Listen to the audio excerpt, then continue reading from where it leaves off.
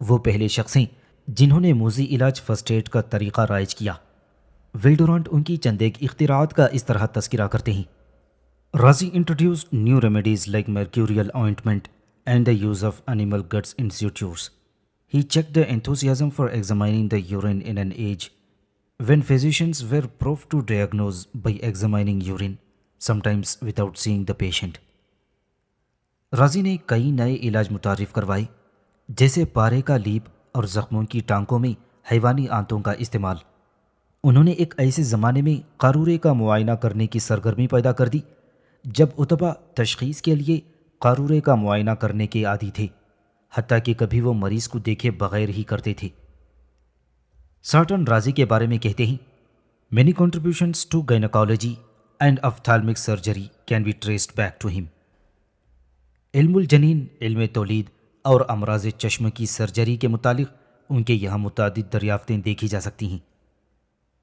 رازی کی تصنیفات یورپ میں صدیوں تک اثر انداز ہوتی رہیں۔ یونیورسٹیز میں 600 سال تک ان کا طوطی بولتا رہا۔ ان کی کتابیں اس وقت زیور طبع سے آراستہ ہوئیں جبکہ علم طب ابھی ابتدائی مراحل میں تھی۔ تصنیفات کی قدر و قیمت کا اندازہ اس سے لگایا جا سکتا ہے کہ فرانس کے بادشاہ لوئیس 11 المتوفی 1461 عیسوی، جن کو رازی کی کچھ کتابوں کی ضرورت پڑی تو اس نے پیرس کی یونیورسٹی سے رجوع کیا تھا۔ ایک امیر ضامن بنا اور بہت بڑی رقم جمع کرائی، تب یونیورسٹی والوں نے رازی کی چند کتابیں مستعار دیں۔ مغرب کے سائنسدانوں نے بھی رازی کی کتابوں سے وسیع استفادہ کیا۔ روجر بیکن بار بار رازی کا حوالہ دیتا ہے۔ یورپ کا مشہور سائنسدان اور ماہر علم الابدان اینڈریس ویسیلیوس عربی زبان جانتا تھا۔ اس نے رازی کی بعض کتابوں کا عربی زبان سے آزاد ترجمہ کر دیا، جو 100 سال تک یورپ کے ڈاکٹروں کے لیے مستند حوالہ بنا رہا۔ یاد رہے کہ اس عظیم سائنسدان نے ترجمہ کرنے کا کام لووین یونیورسٹی میں کلاسوں کے درمیان فارغ اوقات میں انجام دیا تھا۔ مغرب اور امریکہ کے فضلاء رازی کے بے حد متعارف ہیں۔ سارٹن لکھتے ہیں: The greatest clinician of Islam and the Middle Ages, Galenic in theory, he combined in his immense learning true Hippocratic wisdom of the laterochemists. His chemical knowledge was applied by him to medicine. He might be considered an ancestor. وہ رازی اسلام اور قرون وسطیٰ کے سب سے عظیم طبیب تھے۔ نظریات میں وہ جالینوسی تھے، اور پھر انہوں نے اپنی بے پایاں علمیت و فضیلت کو کیمیائی طبیبوں کی صحیح بقراتی دانائی کے ساتھ آمیز کر لیا تھا۔ پھر انہوں نے اپنا کیمیائی علم طب میں استعمال کیا کہ وہ اس ضمن میں پیشرو کہے جا سکتے ہیں۔ میکس میرہوف کا بیان ہے: Rhazes was undoubtedly the greatest physician of all the Islamic world and one of the greatest physicians of all time. رازی بلا شبہ دنیا اسلام کے عظیم ترین طبیب اور تاریخ انسانی کے عظیم ترین اطباء میں سے ایک تھے۔ ول ڈورانٹ نے بھی رازی کو خراج تحسین پیش کیا ہے۔ Razi was by common consent the greatest of Muslim physicians and greatest clinician of the Middle Ages. رازی با اتفاق رائے مسلمان اطباء میں عظیم ترین اور قرون وسطیٰ کے عظیم ترین معالج تھے۔ بغداد اور خلافت اسلامیہ کے دوسرے شہروں میں یہ زمانہ بڑا زرخیز ثابت ہوا ہے۔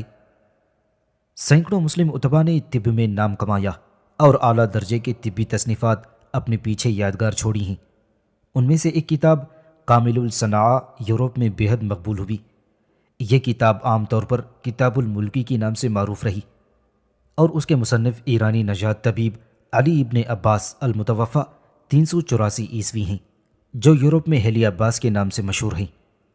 علی بن عباس نے اہواز میں پرورش پائی اور طب کا علم حاصل کیا۔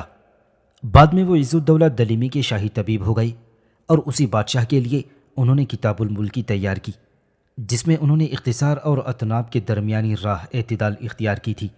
کتاب الملکی میں طب علمی، علم تشریح، علم جراحت وغیرہ پر گفتگو کی گئی ہے۔